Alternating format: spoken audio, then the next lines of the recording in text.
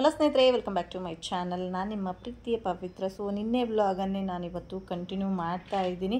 ನಮ್ಮನೆಯವ್ರಿಗೆ ಏನು ಗಿಫ್ಟ್ ಕೊಟ್ಟೆ ಅಂತ ಎಲ್ಲರಿಗೂ ಕಾತರ ಇರ್ಬೋದಲ್ವಾ, ನೋಡೋಣ ಬನ್ನಿ. ನಮ್ಮ ಮನೆಯವ್ರಿಗೆ ಒಂದು ಸರ್ಪ್ರೈಸ್ ಗಿಫ್ಟ್. ಕುತ್ಕೊಳ್ರಿ ಕೆಳ ಫಸ್ಟ್. ಇಂಪಾರ್ಟೆಂಟ್ ವಸ್ತುಗಳದು, ಅದಕ್ಕೆ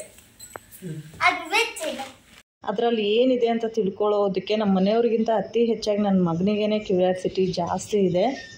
ಸ್ನೇಹಿತರೆ, ಇಲ್ಲಿಗೆ 9 ವರ್ಷ ನಮ್ದು ಮದುವೆ ಆಗಿ. ಸೊ 9ನೇ ವರ್ಷದ ಆ್ಯನಿವರ್ಸರಿ ಏನಾದರೂ ಗಿಫ್ಟ್ ಕೊಡ್ತಾ ಇರ್ತೀನಿ. ಸೊ ಏನಾದರೂ ಅನ್ನೋಕ್ಕಿಂತ ಪ್ರತಿ ವರ್ಷ ನಾನು ಅವ್ರಿಗೆ ಒಂದು ಜೊತೆ ಡ್ರೆಸ್ ಕೊಡಿಸ್ತೀನಿ. ಆ್ಯಕ್ಚುಲಿ ಹೇಳ್ಬೇಕಂದ್ರೆ ಈ ವರ್ಷನೂ ನಾನು ಅವ್ರಿಗೆ ಡ್ರೆಸ್ ತೊಗೊಂಡಿದ್ದೆ, ಬಟ್ ಅದು ಹಬ್ಬದ ದಿನನೇ ಅವ್ರು ಆಲ್ರೆಡಿ ಓಪನಿಂಗ್ ಮಾಡಿದರು. ಅವ್ರಿಗೆ ಹಬ್ಬದ ದಿನ ಡ್ರೆಸ್ ಇರಲಿಲ್ಲ ಅಂತ ಹೇಳ್ಬಿಟ್ಟು ಅದನ್ನೇ ನಾನು ಕೊಟ್ಟೆ. ಸೊ ಇವತ್ತು ಒಂದು ಸರ್ಪ್ರೈಸ್ ಗಿಫ್ಟ್ ತೊಗೊಂಡು ಬಂದಿದ್ದೀನಿ. ನೋಡೋಣ ಅದ್ರೊಳಗಡೆ ಏನಿದೆ ಅಂತ ಹೇಳಿ.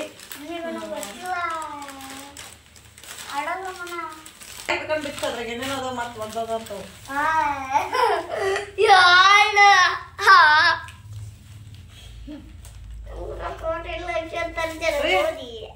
ರೇ ಹೆಂಗಿತ್ತಿ 9 ವರ್ಷ? ಹೆಂಗಿತ್ತು? ಸುಮ್ಮನೆ ನಿಮ್ಮ ಕೈ ಏನಾರು ಮಾಡ್ಕೊಂಡೆ ಏನ್ರಿ? ಹೆಂಗಿತ್ತು ಹೇಳು. ಮುಂಚಿದ್ದಂಗ ಆಯ್ತಾ?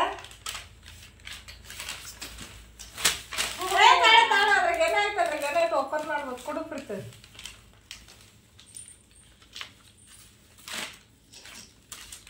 ಸರಿ ಅಪ್ಪಾಜಿ, ಹಿಂದಕ್ಕ ಹಚ್ಚು.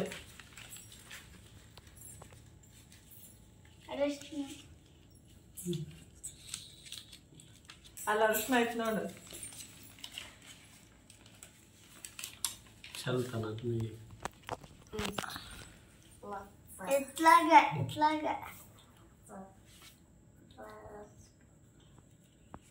ಸ್ನೇಹಿತರೆ, ನಮ್ಮ ಮನೆಯವ್ರು ನನಗೆ ಏನು ಗಿಫ್ಟ್ ತಂದಿರಲ್ಲ ಅಂತ ಗೊತ್ತು. ಯಾಕೆಂದರೆ ಅವ್ರಿಗೆ ಅದು ನೆನಪು ಕೂಡ ಇರಲ್ಲ. ನಂದು ಆ್ಯನಿವರ್ಸರಿ ಬರ್ತಡೇದು ಯಾವುದೂ ನೆನಪು ಇರಲ್ಲ. ಅವ್ರು ಏನೂ ತರದೇ ಇದ್ರೂ ಕೂಡ ಒಂದು ಅತ್ಯಮೂಲ್ಯವಾದ ಪ್ರೀತಿ ನನಗೆ ಕೊಟ್ಟಿದ್ದಾರೆ. ಅಷ್ಟು ನನಗೆ ಸಾಕು.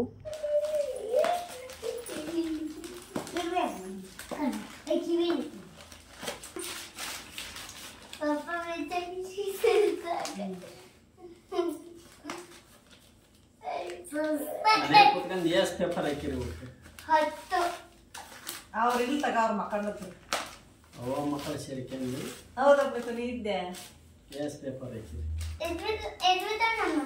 ಇಲ್ಲ.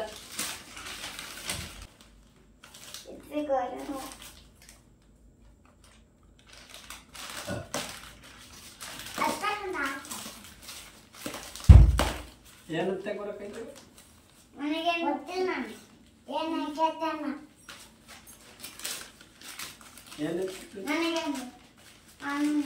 ಅಯ್ಯ, 3 ಸೇರೆ ಮಾಡಿರಿ ತಗೊಳ. ನಾನು ನೋಡಿಲ್ಲ, ಅಕ್ಕಿ ನೋಡಲ್ಲ, ನಾನು ನೋಡಲ್ಲ.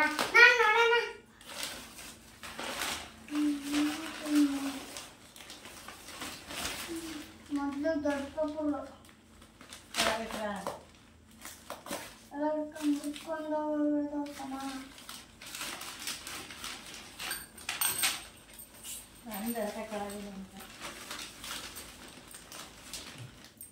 ಹಾಕು. ಏನ್ ಹಾಕ್ಬೇಕು? ಬಳಿನ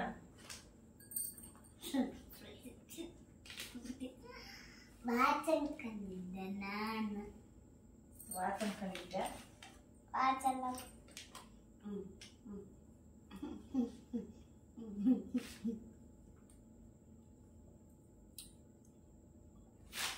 ಹೊಡಿತಾವು.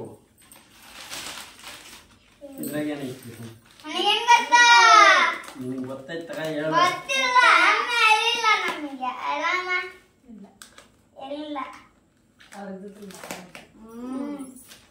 ಮಕ್ಕಂದಿದ್ವಿ. ಏನೈತಿ ನನಗೇನು ಗೊತ್ತು? ಹೇಳಲ್ಲ, ಇಲ್ಲ. ಏನೈತಿ ನನಗೇನು ಗೊತ್ತು?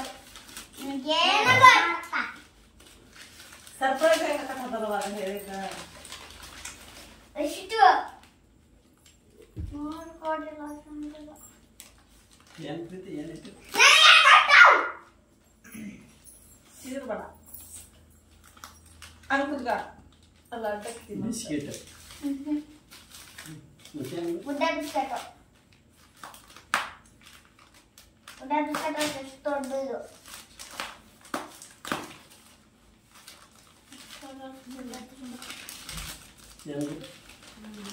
ನನಗೆ ಗೊತ್ತಿಲ್ಲ ನನಗೆ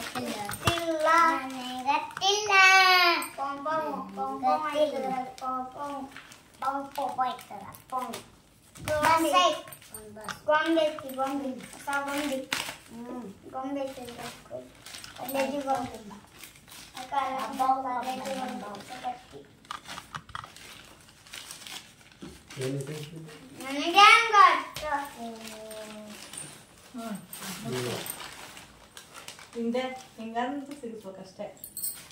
ಸ್ನೇಹಿತರೆ, ನಾನು ಗಿಫ್ಟ್ ಪ್ಯಾಕ್ ಮಾಡಿದಾಗ ಸ್ಟಾರ್ಟಿಂಗಲ್ಲಿ ಅರಿಶಿನ ಕುಂಕುಮ ಸಿಗೋ ಥರ ಇಟ್ಟಿದ್ದೆ. ಅದರ ನೆಕ್ಸ್ಟು ಬಳೆಗಳು ಸಿಗೋ ಥರ ಇಟ್ಟಿದ್ದೆ. ಆ ನಂತರ ಒಂದು ಹೂ ಸಿಗೋ ಥರ ನಾನು ಪ್ಯಾಕ್ ಮಾಡ್ಕೊಂಡಿದ್ದೆ. ಅಂದರೆ ನಾನು ಆರ್ಟಿಫಿಷಿಯಲ್ ಹೂನ ಇಟ್ಟಿದ್ದೀನಿ. ರಿಯಲ್ ಹೂನ ಇಟ್ಟರೆ ನಾವು ದಾರ ಹಾಕಿಬಿಟ್ಟು ಸುತ್ತಿರ್ತೀವಲ್ವ, ಸೊ ಅದೆಲ್ಲ ಬತ್ತೋಗ್ಬಿಡುತ್ತೆ ಅಂತೇಳ್ಬಿಟ್ಟು ನಾನು ಆರ್ಟಿಫಿಷಿಯಲ್ ಹೂನ ಇಟ್ಟೆ. ಸೊ ಅದು ಕೂಡ ಹೂ ಅಲ್ವಾ ಅಂತ ಅಂದ್ಕೊಂಡು ಅದೇ ಹೂನ ಇಟ್ಟೆ ನಾನು. ಸೊ ಇದನ್ನು ಅವ್ರ ಕಡೆಯಿಂದಲೇ ನಾನು ಅರಿಶಿನ ಕುಂಕುಮ ಹಚ್ಚಿಸ್ಕೊಳ್ಳೋದಾಗಿರ್ಬೋದು, ಹೂನ ಮುಡಿಸ್ಕೊಳ್ಳೋದಾಗಿರೋದು, ಬಳೆಗಳನ್ನೆಲ್ಲ ನಾನು ಅವ್ರ ಕಡೆಯಿಂದನೇ ಹಾಕಿಸ್ಕೊಂಡೆ. ಒಬ್ಬ ಮುತ್ತೈದೆಗೆ ಇದಕ್ಕಿಂತ ಬೆಸ್ಟ್ ಗಿಫ್ಟ್ ಯಾವುದು ಇಲ್ಲ ಅಂತ ನಾನು ಅಂದ್ಕೊಂಡಿದ್ದೀನಿ ಸ್ನೇಹಿತರೆ. ಸೊ ಇದಕ್ಕಿಂತ ಬೆಸ್ಟ್ ಗಿಫ್ಟ್ ಯಾವುದು ಬೇಕು? ಇದು ಒಂದು ವೇಳೆ ಸ್ವೀಟ್ ಮೆಮೊರೇಬಲ್ ಅಂತಲೇ ಹೇಳ್ಬೋದು.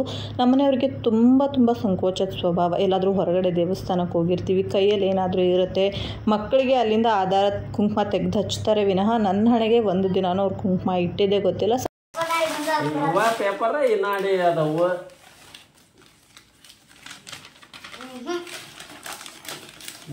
ಇನ್ನು ಏಸ್ ಅದಾವ ನೋಡು. ಹರಿಬಿಡಂಗಿಲ್ಲ.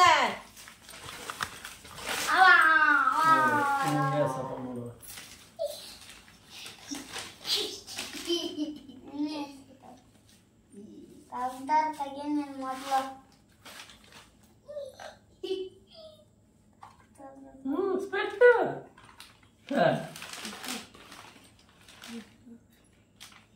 ಇದು ಯಾರಿಗೆ? ಎದಕ್ಕಿದು?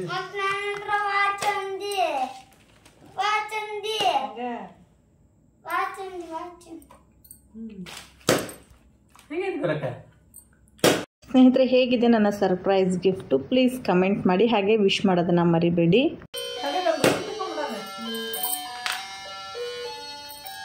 ಸ್ನೇಹಿತರೆ, ನಾನು ಆ ಗಿಫ್ಟನ್ನು ಕೊಟ್ಟಾಗ ಅವ್ರ ಮುಖದಲ್ಲಿ ಆ ನಗು ನೋಡಿದ್ನಲ್ಲ, ಆ ನಗುಗೆ ಯಾವುದೂ ಸರಿ ಸಾಟಿನೇ ಅಲ್ಲ. ಅಷ್ಟೊಂದು ಮುಗ್ಧ ನಗು. ಯಾವತ್ತೂ ಅವ್ರು ಏನನ್ನೂ ಬಯಸೋದಿಲ್ಲ. ಸೊ ನಾನು ಎಷ್ಟೋ ಸಾರಿ ನಾನು ಏನೇ ತೊಗೊಂಡಿದ್ರು ಕೂಡ ಯಾಕೆ ತೊಗೊಂಡಿದ್ಯಾ ಅಂತಲೂ ಕೇಳಲ್ಲ. ಹಾಗೆ ಇನ್ನು ಆ್ಯನಿವರ್ಸರಿ ಗಿಫ್ಟ್ ಆ ಥರದ್ದು ನನಗೇನು ಕೊಡಲ್ಲ ಅಂದ್ರೂ ಕೂಡ ನನಗೇನು ಬೇಜಾರಿಲ್ಲ ಸ್ನೇಹಿತರೆ. ಹೋದ ವರ್ಷ ನನಗೆ ಒಂದು ಮೊಬೈಲ್ ಕೊಡಿಸಿದ್ರು, ಬಟ್ ಅದು ಆ್ಯನಿವರ್ಸರಿ ಗಿಫ್ಟ್ ಅಂತಲೇ ಏನು ಕೊಡಿಸ್ಲಿಲ್ಲ. ಮೊಬೈಲ್ ಕೊಡಿಸ್ಬೇಕು ಅಂತ ತುಂಬ ದಿನ ಅಂದ್ಕೊಂಡಿದ್ರು. ಆವತ್ತಿನ ದಿನವೇ ಅಮೌಂಟ್ ಅವ್ರಿಗೆ ಸೆಟ್ ಆಯಿತು ಅಂತ ಹೇಳ್ಬಿಟ್ಟು ನನಗೆ ಆವತ್ತಿನ ದಿನ ಅದನ್ನ ಕೊಡಿಸಿದ್ರು. ಸ್ನೇಹಿತರೆ, ನಾನು ಪ್ರತಿ ವರ್ಷ ಬಟ್ಟೆ ಕೊಡಿಸ್ತಾ ಇದ್ದೆ, ಬಟ್ ಈ ಸರಿ ಸ್ಪೆಕ್ಟ್ ಕೊಡಿಸಿದ್ದೀನಿ. ಯಾಕೆ ಅಂತ ಅಂದರೆ, ಸೊ ಅದ್ರ ಜೊತೆಗೆ ನನಗಂತೂ ಗೊತ್ತಿತ್ತು ಅವ್ರು ಏನು ಗಿಫ್ಟ್ ಕೊಡಲ್ಲ ಅಂತೇಳಿ. ಅದು ಫಾರ್ಮಾಲಿಟೀಸ್ ಅವ್ರ ಹತ್ರ ಇಲ್ಲ. ಸೊ ಈಗ ಅಂತಲ್ಲ, ಯಾವಾಗಲೂ ಅಷ್ಟೇ. ಬಟ್ ಪ್ರತಿ ವರ್ಷ ನಾನು ಆ್ಯನಿವರ್ಸರಿನ ಸೆಲೆಬ್ರೇಷನ್ ಮಾಡ್ತೀನಿ. ಅಂದರೆ ನನ್ನ ಬರ್ತ್ಡೇಗಿಂತ ನನಗೆ ತುಂಬ ಮುಖ್ಯವಾಗಿದ್ದು ಅಂತಂದರೆ ನನ್ನ ಆ್ಯನಿವರ್ಸರಿನೇ. ಸೊ ನಾವು ಹುಟ್ಟಿದ ದಿನದಕ್ಕಿಂತ ನನ್ನ ಮದುವೆ ವಾರ್ಷಿಕೋತ್ಸವ ಅಂದರೆ ನನಗೆ ತುಂಬ ಇಷ್ಟ. ಸೊ ನನ್ನ ಲೈಫ್ ಚೇಂಜ್ ಆಗಿದೆ ಇಲ್ಲಿಂದ. ಬಟ್ ಇವತ್ತು ನಾನು ಯಾಕೆ ಅವ್ರಿಗೆ ಸ್ಪೆಕ್ಟ್ ಕೊಟ್ಟೆ ಅಂತ ಅಂದರೆ, ನೈಟ್ ಜರ್ನಿ ಮಾಡುವಾಗ ಅವ್ರು ಏನು ಮಾಡ್ತಾರೆ ಅಂತಂದರೆ, ಲೈಟ್ನ ಆಫ್ ಮಾಡ್ಕೊಂಡು ಬರ್ತಾರೆ. ಕಣ್ಣಿಗೆಲ್ಲ ಹುಳ ಹೊಡೆಯುತ್ತೆ ಅಂತ ಹೇಳ್ಬಿಟ್ಟು ಲೈಟ್ನ ಆಫ್ ಮಾಡ್ಕೊಂಡು ಬರ್ತಾರೆ. ಹಾಗಾಗಿ ಅವ್ರಿಗೆ ಸ್ಪೆಕ್ಟ್ ಕೊಡಿಸಿದ್ದೀನಿ. ಸೊ ನೈಟ್ ಜರ್ನಿ ಎಷ್ಟೊಂದು ಡೇಂಜರ್ ಅಂತ ಹೇಳ್ಬಿಟ್ಟು ಎಲ್ಲರಿಗೂ ಗೊತ್ತು. ನಾವು ಚೆನ್ನಾಗಿ ಗಾಡಿ ಓಡಿಸ್ತೀವಿ ಅಂದ್ರೂ ನನ್ನ ಎದುರಿಗೆ ಬರೋರು ಹೇಗಿರ್ತಾರೆ ಅಂತ ಗೊತ್ತಿರಲ್ಲ. ಬಟ್ ಇವ್ರು ಏನ್ ಮಾಡ್ತಾರೆ ಅಂತಂದ್ರೆ, ನೈಟು ಕಣ್ಣಿಗೆಲ್ಲ ಹುಳ ಹೊಡಿಯುತ್ತೆ ಅಂತ ಹೇಳ್ಬಿಟ್ಟು ಗಾಡಿದು ಲೈಟ್ ಕಳ್ಕೊಂಡ್ ಬರ್ತಾರೆ, ಬೈಕ್ದು. ಸೊ ಸುಮಾರು ಟೈಮ್ ಅವ್ರು ನೈಟ್ ಜರ್ನಿನೇ ಮಾಡೋದು. ಊರಿಗೆ ಹೋಗಿರ್ತಾರೆ, ಸಡನ್ಲಿ ಕೆಲಸ ಬರುತ್ತೆ, ನೈಟೇನೆ ವಾಪಸ್ ಬರ್ತಾರೆ. ನಾವಿದ್ದಾಗ ಸ್ಲೋ ಆಗಿ ಬರ್ತಾರೆ. ಬಟ್ ಅವ್ರೊಬ್ರೇ ಬರುವಾಗ ಖಂಡಿತ ಅವ್ರು ಸ್ಪೀಡಾಗಿ ಬರ್ತಾರೆ ಅಂತ ಗೊತ್ತು. ನಾನು ಟೈಮ್ ಎಲ್ಲ ಟ್ಯಾಲಿ ಮಾಡಿದ್ದೀನಿ. ನಮ್ಮನ್ನು ಕರ್ಕೊಂಡು ಬರುವಾಗ ಮಿನಿಮಮ್ 1-1.5 ತಾಸಂತೂ ಬೇಕಾಗುತ್ತೆ. ಅವ್ರು ಬರೋದು ಅಂತಂದ್ರೆ 3/4 ಗಂಟೆಲೆಲ್ಲ ಮನೇಲಿ ಇರ್ತಾರೆ. ಅಂದ್ರೆ ಅಷ್ಟೊಂದು ಸ್ಪೀಡಾಗಿ ಗಾಡಿ ಓಡಿಸ್ತಾರೆ ಅವರು. ಅದ್ರ ಜೊತೆ ಲೈಟ್ ಬೇರೆ ಕಳೆದಿರ್ತಾರೆ ಅಂತ ಹೇಳ್ಬಿಟ್ಟು ಈ ಒಂದು ಸ್ಪೆಕ್ಟ್ ನಾನು ಈ ವರ್ಷ ಗಿಫ್ಟ್ ಆಗಿ ಕೊಟ್ಟಿದ್ದೀನಿ. ಸೊ ಅದ್ರದ್ದು ಅಮೌಂಟ್ ಏನು ನಾನು ಹೇಳಲ್ಲ, ಬಟ್ ಒಳ್ಳೆ ಒಂದು ಸ್ಪೆಕ್ಟ್ ಅಂದ್ರೆ ನೈಟ್ ಒಂದು ಕ್ಲಾರಿಟಿ ಇರೋ ತರದ್ದು ನಾನು ಸ್ಪೆಕ್ಟ್ ಕೊಡ್ಸಿದ್ದೀನಿ. ಸೊ ರೀ, ಹೆಂಗೈತಿ ಗಿಫ್ಟ್? ಚೆನ್ನಾಗೈತಿ.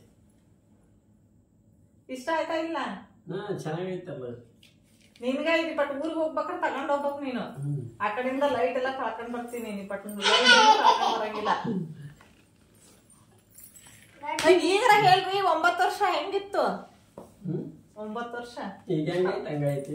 ಅವ್ರದ್ದು ಲೈಫ್ ಯಾವಾಗ್ಲೂ ಹೀಗೆ ಇದೆ ಅಂತ. ಬಟ್ ನನ್ಗೆ ಮದ್ವೆ ಆದ್ಮೇಲೆ ಚೇಂಜ್ ಅಂತ ಆಗಿದ್ದು. ಅದರಲ್ಲೂ 9 ವರ್ಷ ಆಯ್ತು ಅಂತಾನೆ ನನಗೆ ಅನ್ನಿಸ್ತಾ ಇಲ್ಲ ಸ್ನೇಹಿತರೆ. ನನಗೂ ಈಗಲೂ ಒಂಥರ ಏನ್ ಫೀಲ್ ಅಂತಂದ್ರೆ ಇವಾಗ ಹೊಸದಾಗಿ ಮದ್ವೆ ಆಗಿದ್ದೀವಿ ಅನ್ನೋ ತರ ಫೀಲ್. ಆಲ್ರೆಡಿ 9 ವರ್ಷ ಆಯ್ತಾ ಅನ್ನೋ ತರ ಫೀಲ್ ಆಗುತ್ತೆ.